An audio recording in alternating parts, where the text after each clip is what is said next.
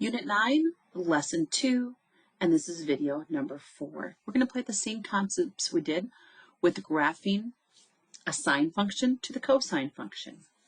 When we look here and we have ordered pairs, remember the cosine is going to be the first value. So look at these output values of 1, 0, -1, and 0. And then notice here, when we look at this cosine function, we're 1 above, back to 0, 1 below, and then back to 0. So this is one cycle. That means that the length of the length way over here, the length of one curve, whoops, I didn't get all the way out there. The length of one curve for the parent function y equals the cosine of x is 2 pi. That's the distance before the cycle repeats. All right, let's jump right into this, going over 3 examples. So what is the period or period length? I'm going to start by taking 2 pi, and I'm going to divide it by the value that's directly in front of the x, which happens to be pi over 2. And so I'm going to keep the 2 pi in place, turn division into multiplying, and then I'm going to flip or take the reciprocal of the second value.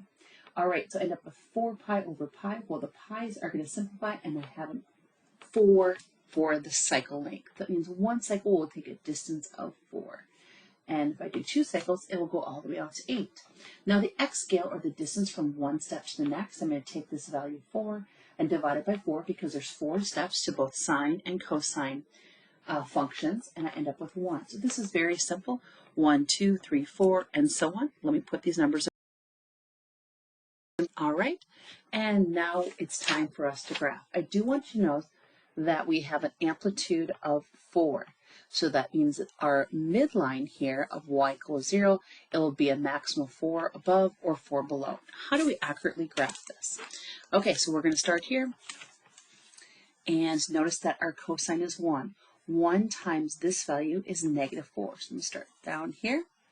0 times -4 is 0. So my next step, my first step here is going to be 0 times -4, which is 0. Then I have a -1 for the cosine. -1 times -4 is +4. Back down here to 0. 0 times -4 is 0. And my last step to complete one revolution around the unit circle is 1 for the cosine. 1 times -4 is -4. So this is going to be one cycle. And I'm going to press pause and continue to do one cycle to the right and one.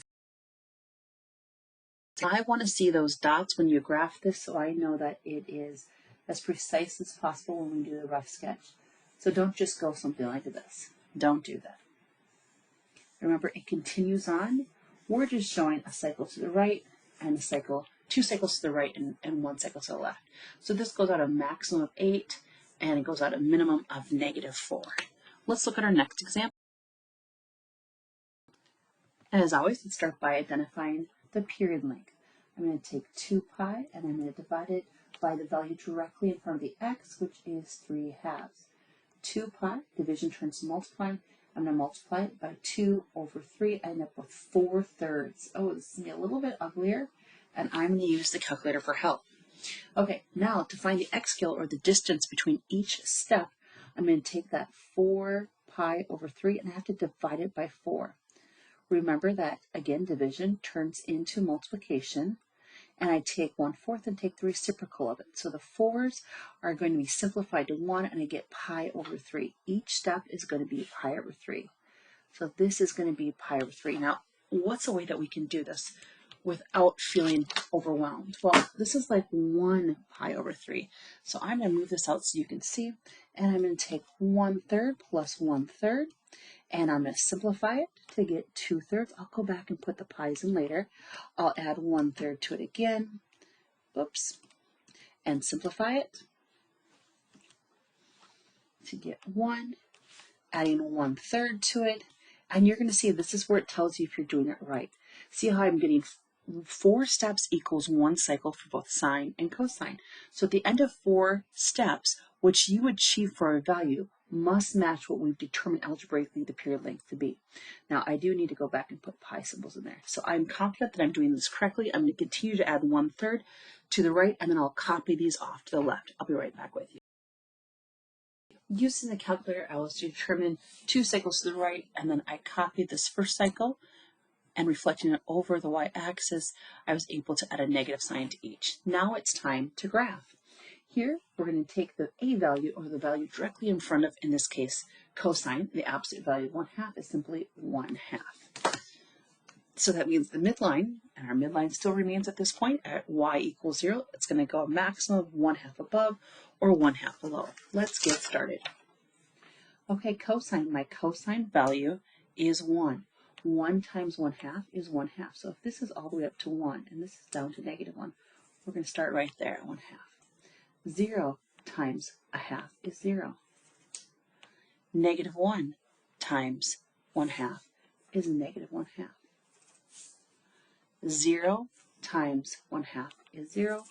And finally, 1 times 1/2 is 1/2. So we can see that it's been compressed. If we compare it to the parent function, the amplitude has been compressed. I'm going to continue to a cycle to the right and a cycle to the left.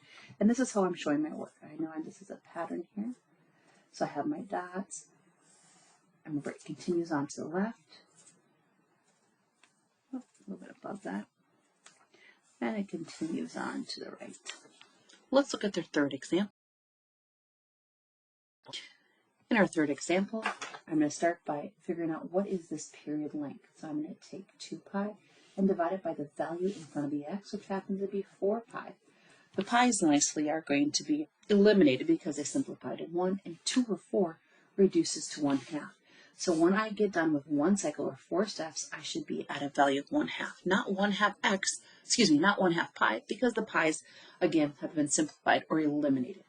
Now I'm going to take 1/2 and I'm going to divide it by 4, or 4 over 1. The 1/2 remains, division turns to multiplying, and I'm going to flip the 4 over 1 to 1/4, and I get 1/8. So each step here is going to be 1/8 between each step. And again, I'm going to use my calculator to make life easy. So I have 1/8 plus 1/8, and I should end up here with 1/4. I'm going to add to that 1/8, turn it back into a fraction. We have 3/8 plus 1/8, and we should come up with 1/2, which we did. That means I'm on the right track. I'm going to continue here to the right, and then remember, I'm going to take these and flip them across the y-axis, making sure to add negatives on the left. I'll be right back. Now, this makes sense. If we know that one cycle or 4 steps would be 1/2, and if I'm going to do 2 cycles to the right, well, 1/2 of 1/2 is 1.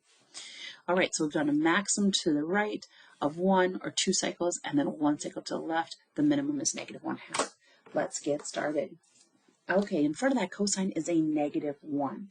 So I'm going to start by taking 1 times -1, which is -1. 0 times -1 is 0. -1 times -1 is +1. 0 times -1 is 0. And lastly, 1 times -1 is -1. As a reminder, don't make a sharp V. This is going to come up and it's round at the top and round at the bottom. This is one cycle. I'm going to complete to the right another cycle and a cycle to the left. Now I've completed 2 cycles to the right, a distance of 1, and 1 cycle to the left, a distance of -1/2.